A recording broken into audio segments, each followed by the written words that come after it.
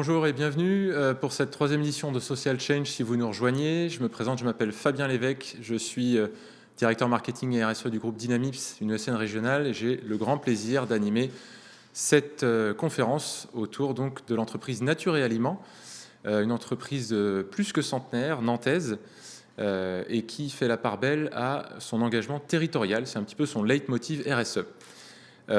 Pour cet atelier, je reçois donc Magali, aujourd'hui qui est co-dirigeante chez Nature et Aliments. Bonjour Magali. Bonjour Fabien.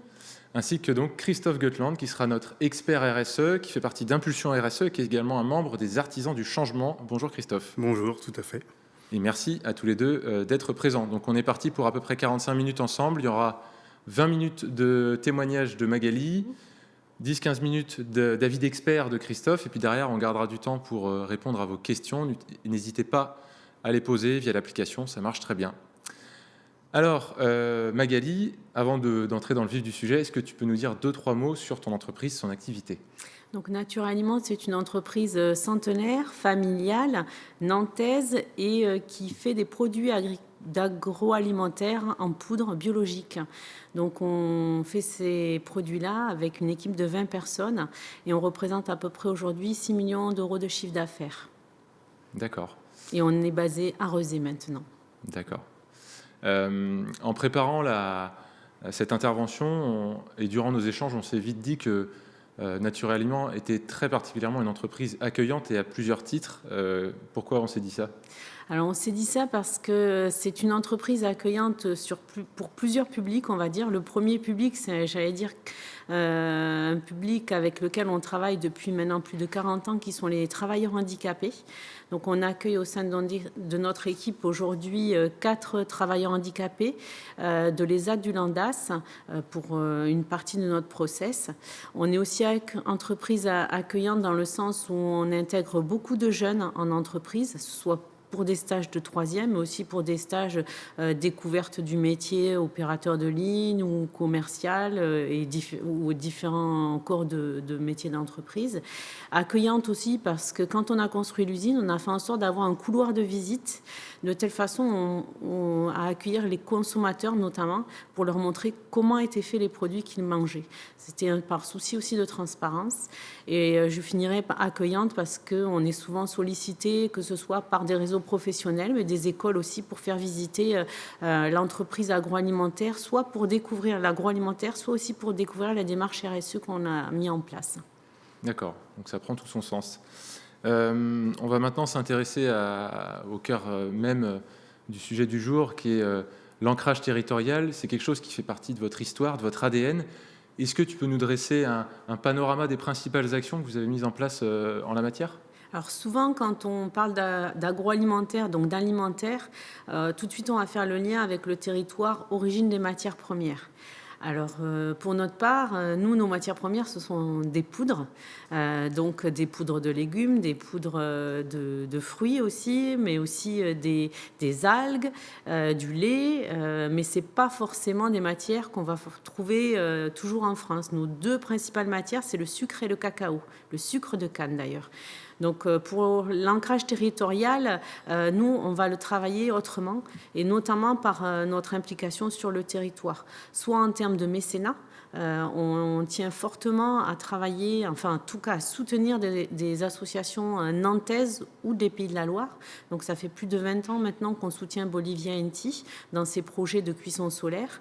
Maintenant, depuis 3 ans, on travaille avec au départ ECOS, qui est une association nantaise qui travaille sur tout ce qui va être réduction des déchets, mais surtout aussi écologie, et une nouvelle association de citoyens de Rezé, la ville dans laquelle on est, pour mettre en place un jardin partagé et créer du lien autour du jardin et de l'agriculture biologique. Après, on va aussi soutenir des projets d'implantation de fermes biologiques en Pays de la Loire, et on est aussi ancré dans le territoire dans le sens où on veut faire bouger les lignes du développement de l'agriculture biologique dans notre région.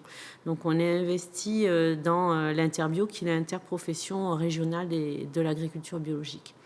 Donc c'est vrai qu'on n'est pas par nos matières, mais on l'est par notre militantisme, mais aussi parce qu'on fait aussi le choix d'avoir des fournisseurs, par exemple sur les cartons, qui est en Pays de la Loire et qui est notamment aussi engagé sur une démarche RSE. D'accord. Donc on voit bien un ancrage territorial protéiforme finalement qui se fait très bien. Alors tout ça c'est formidable et bravo pour votre engagement. La question que peuvent se poser les personnes qui nous suivent, c'est comment on fait pour mettre en place toutes ces choses-là, sachant que donc on n'est pas sur votre cœur de métier forcément à la base. Donc tu as souhaité nous partager deux bonnes pratiques. La première, c'est accepter d'investir sans forcément avoir de ROI immédiat, c'est ça? Oui, alors souvent, on va dire dans une démarche RSE, il y a une partie par rapport à l'environnement économie d'énergie. Nous, on a fait le choix, par exemple, de travailler avec Enercop, donc Pays de la Loire, bien sûr, en tout cas l'antenne Pays de la Loire.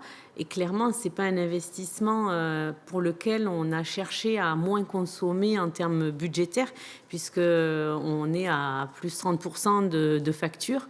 Par contre, on sait que les produits qui sont fabriqués chez nous le sont avec une énergie 100% verte et 100% française.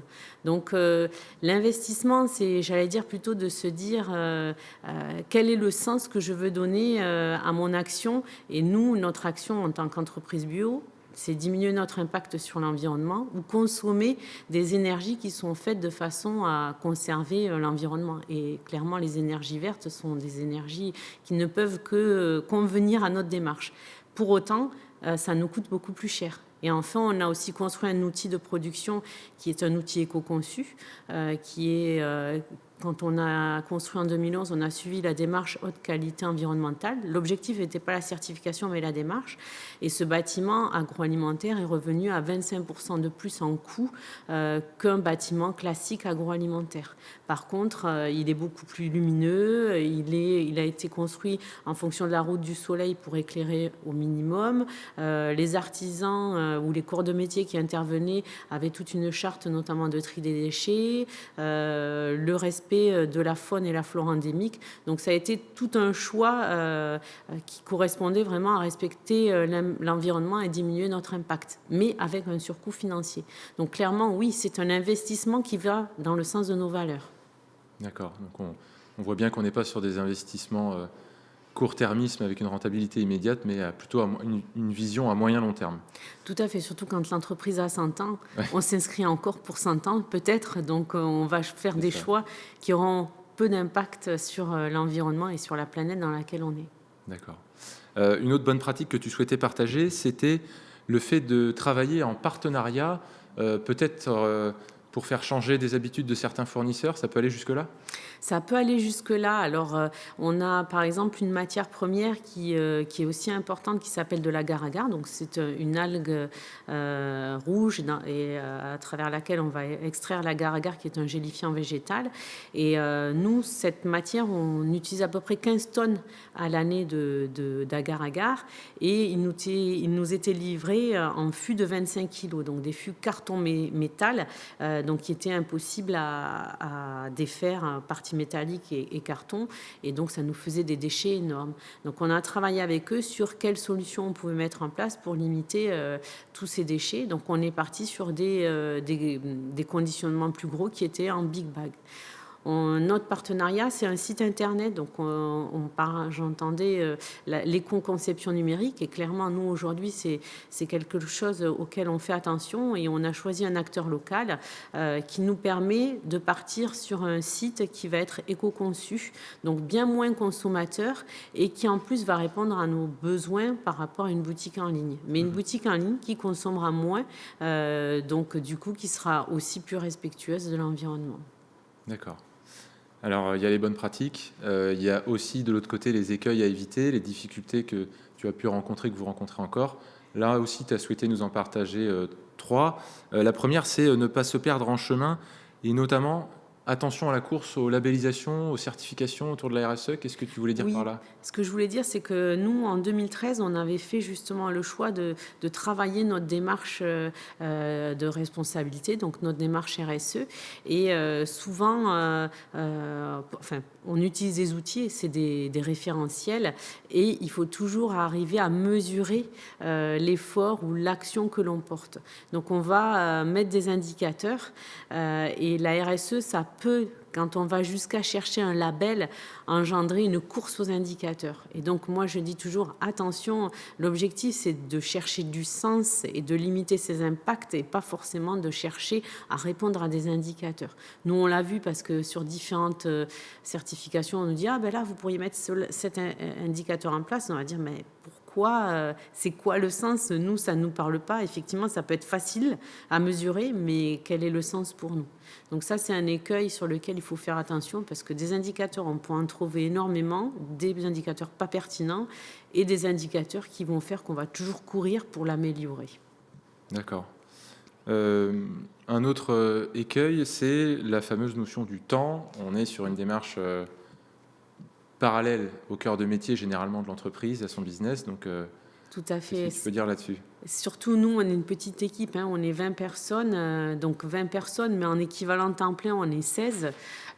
Donc, quand on décide d'aller sur une démarche RSE, c'est une démarche dans laquelle il faut arriver de temps en temps à se poser et réfléchir pour savoir quelle action on va mettre en place, la mettre en place et l'évaluer. Et si on n'y arrive pas, il faut en faire le bilan et essayer de la reconduire l'année d'après ou en tout cas d'en changer les modalités. Donc ça demande du temps et ça veut dire accepter, notamment en tant que dirigeant, que les équipes ne soient pas en productivité, j'allais dire derrière une machine, mais puissent se poser et réfléchir ensemble pour arriver à mettre en place des actions, donc des projets. Donc oui, c'est une démarche qui prend du temps et on l'a bien vu durant cette période de crise. Hein, l'agroalimentaire a été beaucoup sollicité et clairement, nous, on s'est concentré sur produire et de servir nos clients. Et on a vu que la démarche RSE, on n'a pas pu mener des actions qu'on avait prévues parce qu'on n'a pas réussi à se dégager ce temps-là et que le métier a repris le flot du quotidien. Dernière difficulté, tu parlais des équipes, l'animation des équipes autour de ce sujet. Oui, alors c'est vrai qu'il y a souvent, soit on peut dédier un animateur RSE dans l'entreprise qui peut mobiliser les personnes. Nous, on a fait le choix de ne pas avoir un animateur nommé, mais d'impliquer tout le monde. Alors au départ, on pense que c'est très vertueux, donc tout le monde va y aller. Donc, tout le monde n'a pas forcément envie de s'inscrire dans les démarches, aime ce qui est fait, mais de là à en devenir acteur, il y a un pas à sauter, tout le monde n'est pas prêt à le sauter, donc il faut le prendre en considération. Et ensuite, c'est de faire quand même devenir acteur les personnes. Et pour moi, c'est la difficulté, même si le dirigeant est convaincu, si on n'a pas une équipe ou en tout cas des personnes dans l'équipe de l'entreprise qui sont dynamisées, qui sont dynamiques sur certaines actions, on n'arrivera pas à faire émerger les idées. Donc, pour moi, c'est une difficulté de savoir par où il faut, est-ce qu'il faut imposer, donc on a vu que ce n'était pas intéressant, comment animer, comment mettre en place. Donc nous, on a créé un groupe avec des salariés volontaires pour essayer justement de se pencher sur des questions et des projets. Mais on rejoint la question d'avant, des fois le temps fait qu'on n'arrive pas à réunir ce groupe et du coup à mettre en marche les actions. Par contre, là où il faut être content et poussé, c'est quand une action démarre et que les équipes se l'approprient, alors ça veut dire que c'est gagné. Et nous, au démarrage, on avait une journée entreprise qu'on organisait, qui était une journée surprise. Donc, on fermait l'entreprise et puis on partait quelque part. Au début, c'est moi qui les ai organisées, les 3 premières. Et ensuite, les équipes m'ont demandé s'ils pouvaient le faire en prenant 2 personnes volontaires. Et chaque année, on leur alloue un budget et ils décident de ce qui est fait. Et c'est une belle marque de confiance. C'est peut-être pas grand-chose, on dirait comme ça, mais pourtant, c'est une journée à laquelle tout le monde va tenir. Et si on doit mettre les bouchées doubles pour finir quelque chose et faire cette journée, tout le monde mettra la main à la pâte. Alors, tu as déjà commencé à en parler, mais tout ça, évidemment, ça vaut le coup. Qu'est-ce que tu en retires? Qu'est-ce que l'entreprise en retire? C'est quoi la valeur derrière? La valeur, je pense que c'est donner du sens. On voit qu'aujourd'hui, on passe quand même du temps dans son entreprise, hein, c'est 7 heures par jour. Donc, quand on vient travailler, il faut avoir du sens. Donc, se dire, je viens travailler dans une entreprise qui fait attention à son impact sur l'environnement, qui fait le choix de filières équitables pour pouvoir rémunérer justement les producteurs et participer au développement dans des pays en voie de développement. Une entreprise qui est mécène sur son territoire, qui embauche sur son territoire, qui va développer l'agriculture biologique. Donc, on se dit, ben ouais, j'ai envie d'aller travailler dans cette entreprise parce qu'elle a du sens et elle a du sens positif, donc pour le changement de demain. Et je pense que donner du sens, c'est un des objectifs d'une démarche RSE. Donc pour moi, ça peut embarquer tout le monde parce qu'on va tous dans le même sens. Très bien, c'est un joli mot pour la conclusion. Merci Magali. Je vais maintenant me tourner vers Christophe. Christophe, on parlait à la fin là d'animation d'équipe, de sens, de vision. Tout ça, ça peut induire une notion un peu plus macro de gouvernance. Et je crois savoir que c'est un thème qui t'est cher. Tout à fait. Alors, envie d'aller travailler, moi j'aurais bien envie d'aller travailler chez toi, Magali. Hein. Effectivement, tu coches un certain nombre de cases sur des éléments importants pour donner du sens à une activité économique, parce qu'on est bien dans une activité économique. Et se donner le sens. Alors, avant de rentrer dans le donner le sens, je voudrais faire une petite parenthèse. Je trouve vraiment que ce que vous avez fait, la démarche que vous avez appliquée, moi je rencontre beaucoup d'entreprises, on dit non, mais alors ça c'est pas pour les PME, non, mais nous on est trop petits, on n'a pas de moyens, on sait pas faire, on sait pas par quel bout le prendre aussi, hein, y a cet élément aussi qui est important. Et pourtant, chez vous, moi ce qui m'a frappé en premier, c'est la conception du bâtiment. La conception du bâtiment avec le couloir de visite. C'est pour moi, vous avez fait, alors je vais inventer un terme, hein, vous avez fait l'éco-socio partie prenante de conception, parce que vraiment vous avez intégré ça dès le départ. Est-ce que tu peux nous redire un peu comment vous êtes arrivé à vous dire il faut qu'on fasse un bâtiment qu'on puisse faire visiter à nos parties prenantes, et puis après qu'on l'adapte en particulier à l'handicap, hein, on l'a vu avec les personnes que vous utilisez là aussi, hein, on dit que c'est que les grands groupes, 4 personnes sur 20. On est loin des obligations légales et des ah oui non mais c'est pas possible, hein, oui, sur des métiers physiques, qui est souvent l'argument qu'on trouve en entreprise. Le couloir de visite, en fait, avant de déménager à Rezé, donc on était dans le cœur de Nantes, entre Canclos et Mélinette. Et en agriculture biologique, depuis longtemps, on fait ce qu'on appelle le printemps bio, qui est un événement national auquel les entreprises sont conviées à ouvrir leurs portes pour faire visiter les bâtiments et faire connaître le métier. Et là où on était en centre-ville, on n'arrivait pas à avoir ces échanges avec le consommateur parce que le bâtiment n'était pas du tout adapté. Et l'autre contrainte en agroalimentaire, on n'aime pas trop faire rentrer les gens dans les salles parce que quand même, c'est des risques de contamination. Donc nous, on s'est dit, on veut continuer à accueillir du public. Donc dans notre nouveau bâtiment, il faut que les gens puissent voir ce que l'on fait.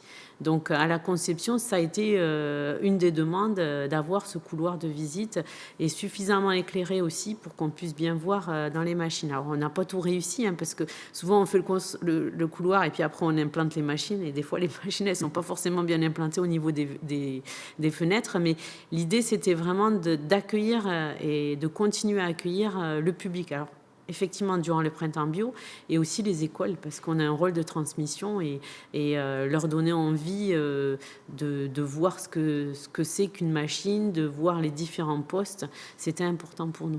Donc on l'a mis, j'allais dire, dans le cahier des charges du bâtiment. Il fallait qu'on puisse avoir un accès aux différentes salles, alors pas toutes, mais en tout cas les principales pour faire comprendre comment marchait le process de fabrication. Et en même temps, on voulait aussi accueillir les travailleurs handicapés dans l'usine. Parce qu'on travaillait avec les Adulandas depuis longtemps, mais on envoyait nos produits dans leurs ateliers et leurs produits revenaient emballés comme il fallait chez nous. Donc c'était une première étape de pouvoir travailler avec un public différent. Mais la seconde étape pour nous, c'était de les intégrer dans l'entreprise. Vraiment dans l'inclusion. Ouais. Voilà. Et la dernière, j'allais dire, étape, ça a été en 2020, où dans les 4 personnes travailleurs handicapés, un travailleur, puisque c'est Per Day, donc une dame, a été embauchée et fait partie maintenant de nos effectifs salariés de Nature Aliments. Le deuxième point sur lequel je voudrais rebondir, c'est, tu as utilisé un terme que j'aime bien, c'est l'alignement. L'alignement de nos investissements avec nos valeurs. Et alors ça, je trouve que c'est très puissant par rapport toujours au poids économique qui est donné dans le calcul sur investissement. Ah oui, mais j'ai fait une intervention dans une entreprise il y a 2 jours. On ramenait toujours tout à l'économique, à l'économique, à l'économique, à l'économique. Et là, c'est vraiment ce terme d'investissement dans le sens des valeurs. Ces valeurs, tu parlais avec la difficulté d'emmener tout le monde. Ces valeurs, vous les construisez tous les jours avec les équipes. Vous les avez identifiées. Alors, j'allais dire, elles sont générationnelle, même si je suis la pièce rapportée de la famille, mais moi je ne suis pas un entrepreneur dans l'âme. Par contre, quand j'ai accepté la reprise, c'est parce qu'il y avait beaucoup de valeurs humaines portées par les générations qui se sont succédées, la dernière qui était mon beau-père. Et on a... Enfin voilà, moi, la culture de la différence, l'inclusion des personnes handicapées, l'implication sur le territoire, c'était des valeurs qui existaient, c'était des valeurs que j'avais envie de continuer à porter et que mon associée Sybille partage aussi puisqu'elle a accepté de devenir mon associée. Les équipes, on les a... Je pense qu'elles y ont adhéré. Souvent, en fait, l'effectif s'est construit avec des jeunes qui arrivaient en formation chez nous, en alternance. Et à la fin de l'alternance, quand on a proposé de rester, ils sont restés parce qu'ils ont grandi avec nous sur ces valeurs-là. Donc, du coup, on les a construits petit à petit. Une année, on a fait une construction des valeurs, comment chacun voyait Nature Aliments, vers où il voulait le voir aller. Ça date peut-être maintenant il y a 8 ans. L'effectif a encore évolué. Et donc là, on va le refaire aussi, pour être sûr qu'on est tous encore sur les mêmes valeurs. Donc, j'allais dire, les valeurs, il y a un fondamental, mais il faut quand même toujours continuer à le cultiver et peut-être justement en remettant un peu tout le monde autour d'une table et en rediscutant pour être sûr qu'on est tous sur les mêmes valeurs qu'on ait envie de porter. Et malgré le sens que vous donnez, malgré vraiment toutes vos bonnes pratiques, vous avez quand même un turnover. Parce qu'on vous avez des difficultés de recrutement. Alors sur des postes, des postes de conducteurs de ligne ou de pesée, c'est des postes physiquement difficiles sur lesquels on peut avoir du turnover. Mais on a beaucoup de jeunes qui sont arrivés il y a 10 ans en alternance et qui sont toujours là. Nos 2 plus anciens, Sylvie va avoir une 30aine d'années de maison, Valère prend sa retraite l'année prochaine. Donc on a un turnover sur une équipe de 20, c'est si on a un départ ou 2 tous les 5-6 ans, enfin voilà, c'est pas non plus un turnover énorme. Mais je pense que les gens, et on le voit sur les derniers recrutements ou les lettres de motivation et CV qu'on reçoit, beaucoup mettent en avant les valeurs de l'entreprise, parce qu'il y a beaucoup de candidatures spontanées, mais les jeunes ou les personnes qui souhaitent travailler ont besoin de sens et donc veulent aller dans des entreprises où il y a du sens. Et vos clients ? Alors les clients là, parce que on a parlé un petit peu d'économique, faut pas trop, mais bon, c'est quand même c'est aussi le nerf de la guerre. Oui. Comment ils perçoivent toutes vos démarches Alors aujourd'hui, justement, on est en train d'interroger nos clients justement sur ce qu'ils attendent de Nature Aliments.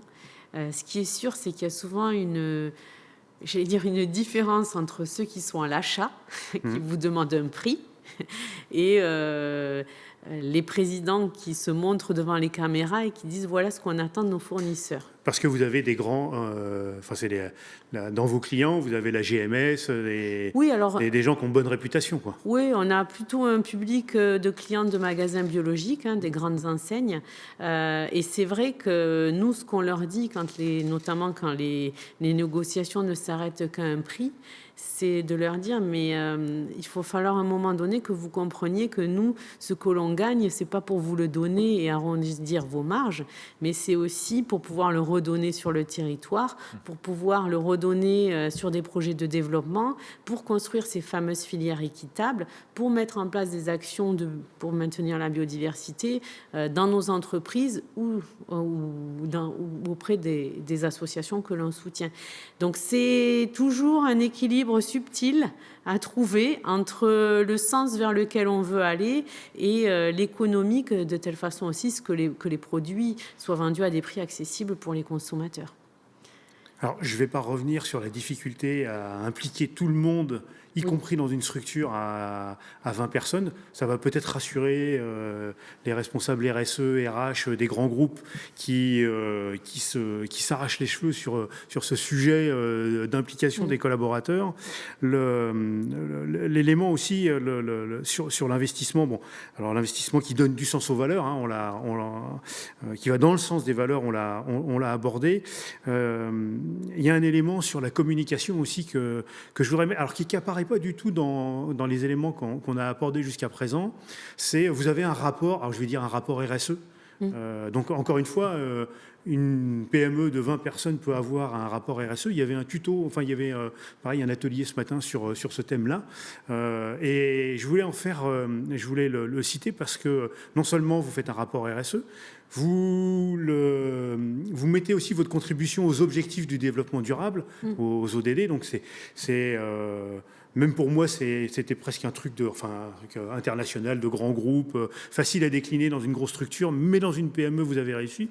Et du coup, vraiment, sur votre rapport RSE, je trouve que ça donne tout son sens d'avoir vos engagements qui sont alignés avec vos valeurs, votre sens à vous, mais aussi avec les objectifs de développement durable et une politique RSE classique d'entreprise. Donc, cette volonté de faire le rapport RSE, ça vous est venu comment? Parce que c'est pas spontané pour les PME. On l'a mis en place dès la première année. La démarche RSE, on y a travaillé en 2013, quand la région Pays de la Loire a souhaité mettre en place un outil d'auto-évaluation assez simple. Et on s'était dit, si on commence, il faut essayer d'aller jusqu'au bout. Donc, on a fait notre diagnostic, le plan d'action, et on s'est dit, il faut qu'on transmette tout ça dans un outil pour le communiquer. Donc, le rapport nous est venu à ce moment-là.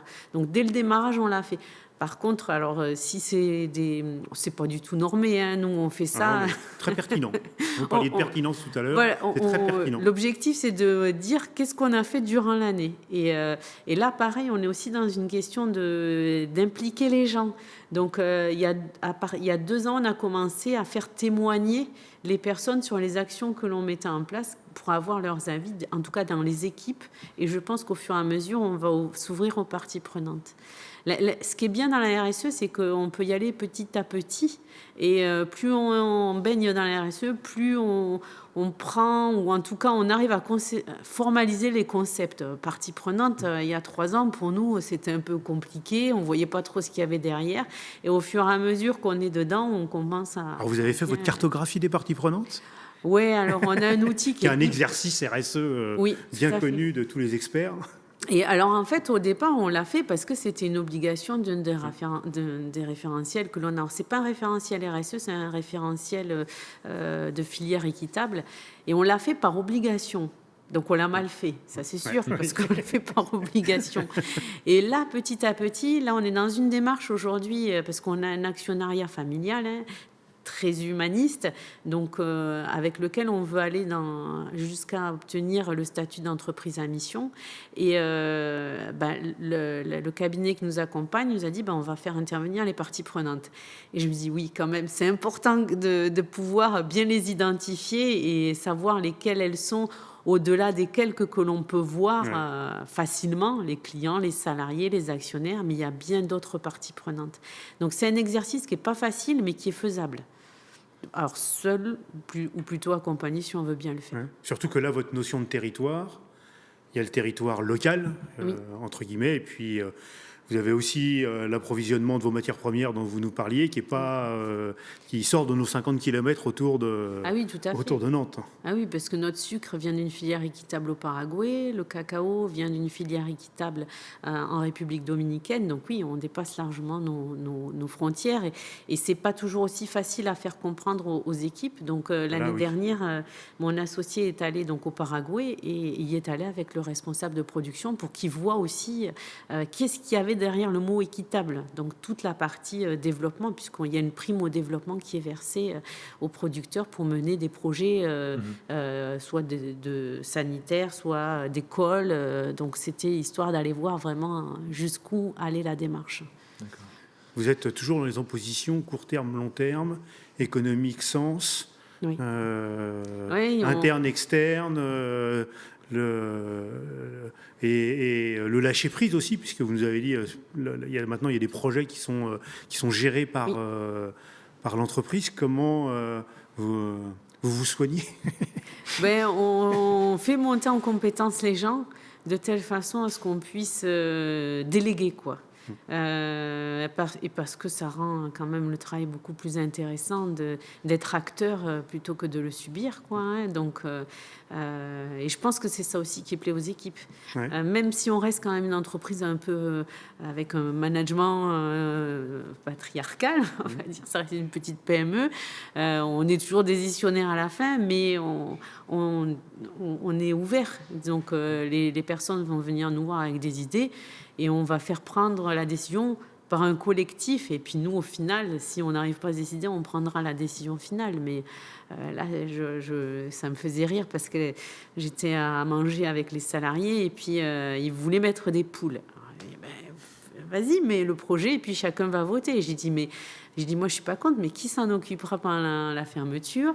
Qui, le week-end, on fait comment? Et puis là, voilà, ça amène à discuter. Puis le projet, il dira lui-même. Au niveau hygiène, pour votre métier, on le met où? Oui, mais on a eu ce genre d'échange aussi sur les questions de rémunération aussi, hein, où on avait mis en place une prime individuelle à la demande des équipes.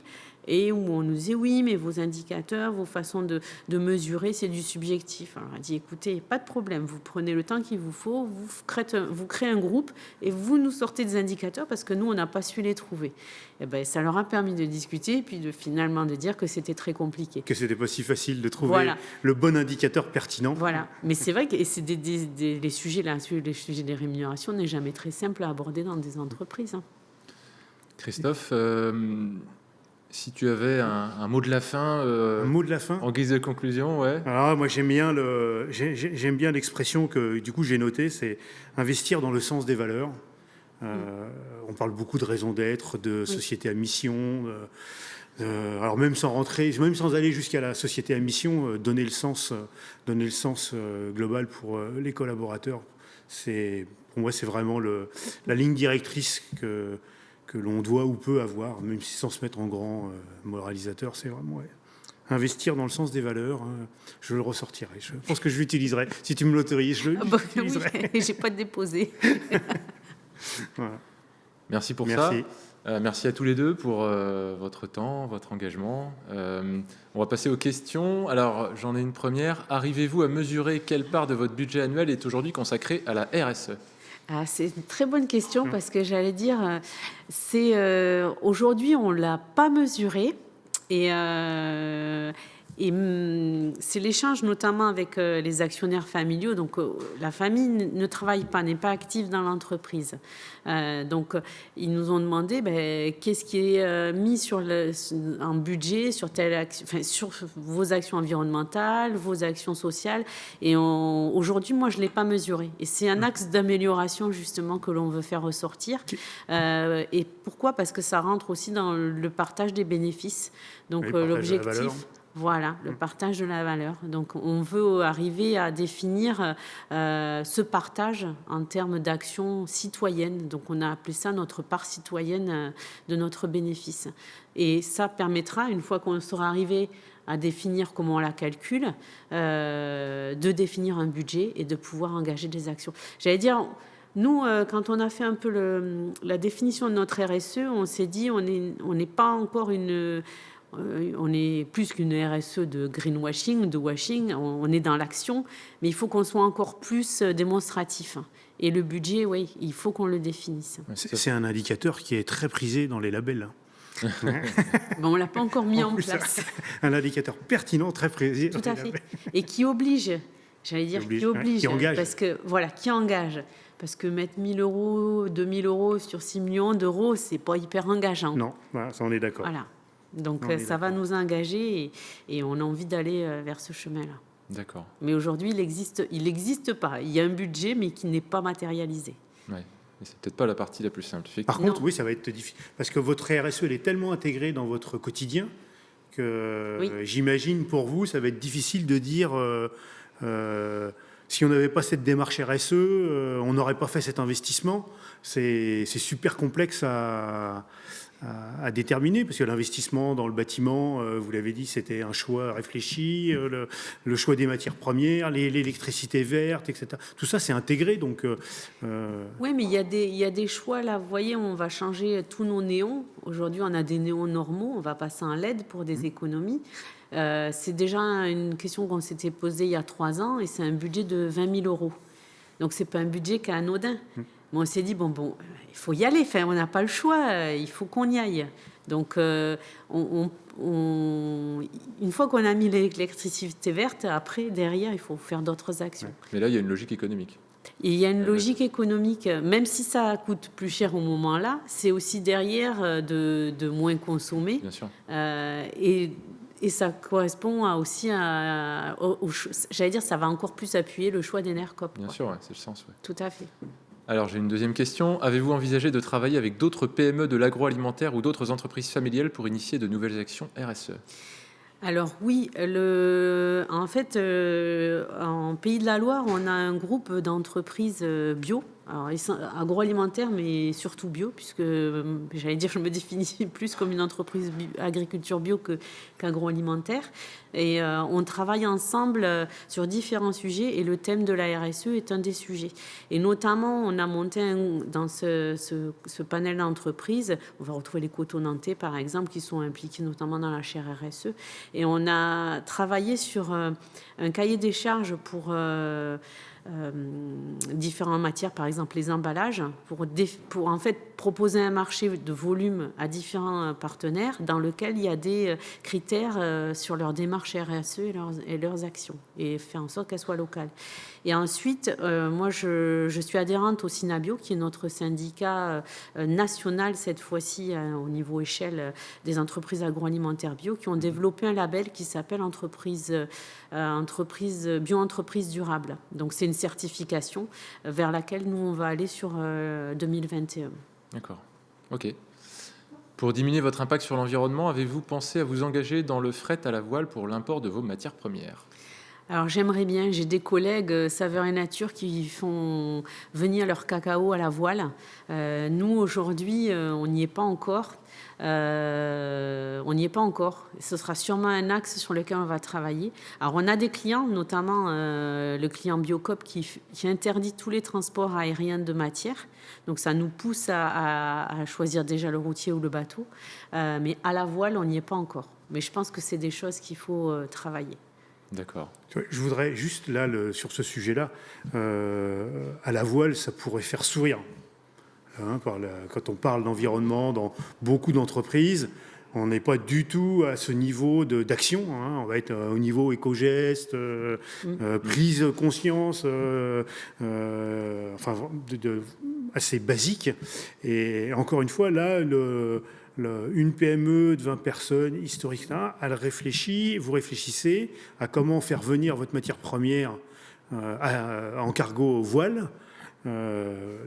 On pourrait faire un sondage, il y a 1500 inscrits aujourd'hui, je pense, au Social Change. Moi, je crois que j'ai jamais recommandé ça à un de mes clients dans mes accompagnements que j'ai pu faire. J'avoue que ça ne m'a même pas effleuré. Donc, voilà, on voit aussi le niveau de profondeur de vos réflexions sur les thématiques, en particulier environnementales, mais pas que. Ça te fera une corde de plus à ton arc. Oui, non, mais je note. Surtout nous, on n'est pas loin de la mer. Enfin, voilà, il y a sûrement des choses. C'est logique, Ouais, parce que ce serait cohérent. Alors, Des conseils pour démarrer une démarche RSE dans une PME? Alors, moi, le premier conseil, c'est de faire son autodiagnostic. Parce qu'il faut savoir où on va être. Et c'est vrai que moi, l'outil que j'ai utilisé était très basique, hein, mais ça permettait de me positionner sur les actions environnementales, sociétales, territoriales et économiques. Mmh. Et à partir de là, c'est comme ça qu'on a commencé à définir des actions dans les différents volets pour pouvoir avancer sur cette démarche-là. Donc c'est pour moi la première étape, et j'allais dire en même temps, c'est de pourquoi pas, et je pense que nous on l'a pas eu fait, et si j'avais à refaire, je le referais comme ça. Pour pouvoir faire ce diagnostic, c'est de créer un groupe avec les collaborateurs qui sont intéressés et démarrer ce diagnostic avec eux. Et pas le démarrer. Moi, je l'ai fait seule, hein, j'avais porté la démarche, mais je pense que ça aurait été plus constructif et en tout cas plus efficace si ça avait été démarré en groupe. Dans tous les cas, il faut l'énergie du dirigeant pour le lancer. Oui, il faut les deux. Il faut l'énergie à la fois du dirigeant et des équipes. Parce que sinon, même le dirigeant, il va se fatiguer.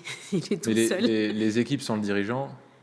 Voilà, c'est ça, il faut les deux, tout à fait. Et alors, je voudrais compléter sur ce que tu as dit, Magali. Effectivement, cet autodiagnostic, il va permettre d'établir un certain nombre d'actions et de prioriser. Oui. Mais ça va permettre aussi aux dirigeants et au groupe qui fait ce travail de se rendre compte qu'il y a plein de choses dans l'entreprise. Exactement. Il n'y a jamais rien dans une entreprise. Moi, là, souvent, on entend des entreprises qui disent « Ouais, non, mais moi, la RSE, je m'en suis pas encore occupé, je suis nul. » En fait, ça ne veut rien dire, parce que si l'entreprise, elle existe, elle a bien fait des actions sociales, elle a bien fait, même si ce n'est pas toujours très développé, des actions environnementales, son territoire, sa gouvernance, etc. Oui. C'est forcément des sujets qu'elle aborde dans son fonctionnement quotidien et dans ses réflexions stratégiques. Donc, faire un autodiagnostic aussi, c'est un côté rassurant, parce qu'on se dit « Ah non, mais... » Alors, le champ est très vaste, hein, de la RSE, il est très vaste, mais ce n'est pas que l'environnement.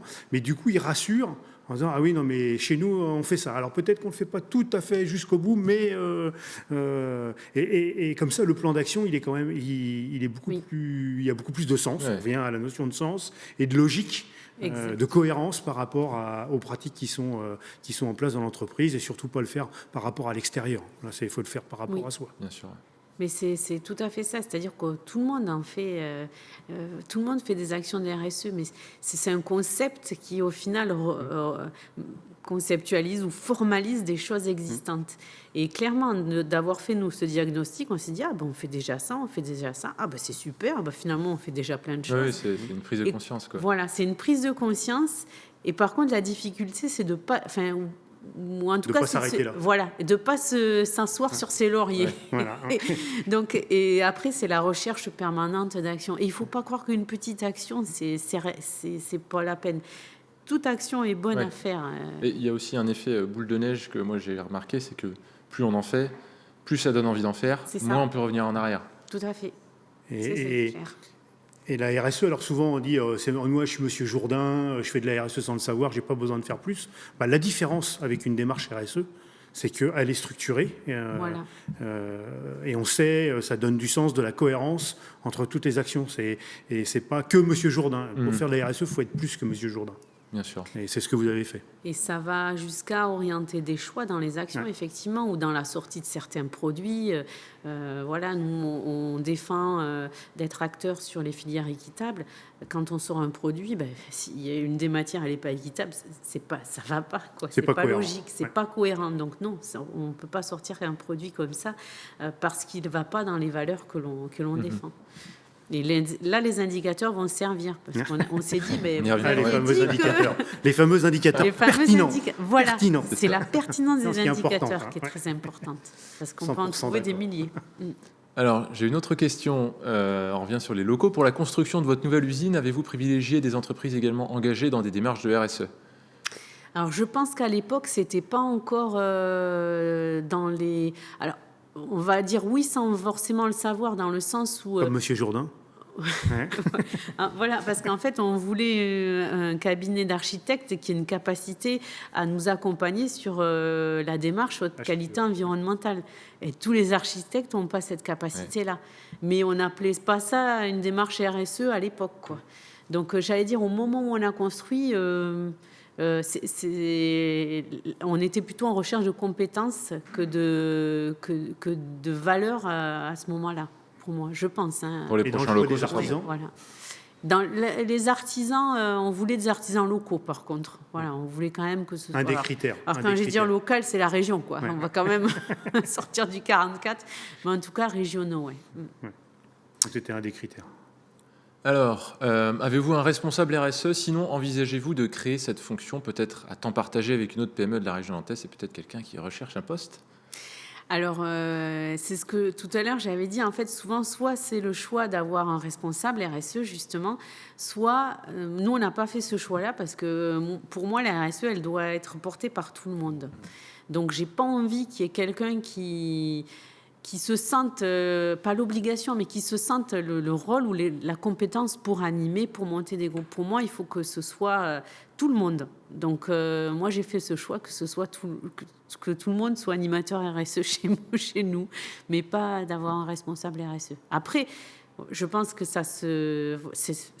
les deux sont bons, quoi. Enfin, les deux façons de faire sont les bonnes. Ça va vraiment dépendre du fonctionnement, de la vie de l'entreprise. Ouais, quand il y a un animateur RSE, la précaution à prendre, c'est que ça doit être un chef de projet, parce que c'est pas lui qui doit faire. Parce que si tout le monde se dit, bah, tiens, maintenant on a un chef de projet RSE, enfin on a un responsable RSE, dès qu'un sujet va aborder, dès qu'une question va être posée, bah, c'est pas moi, c'est le responsable RSE. Et du coup, là, on commence à perdre la nature de la démarche et l'implication collective que vous avez mise en place.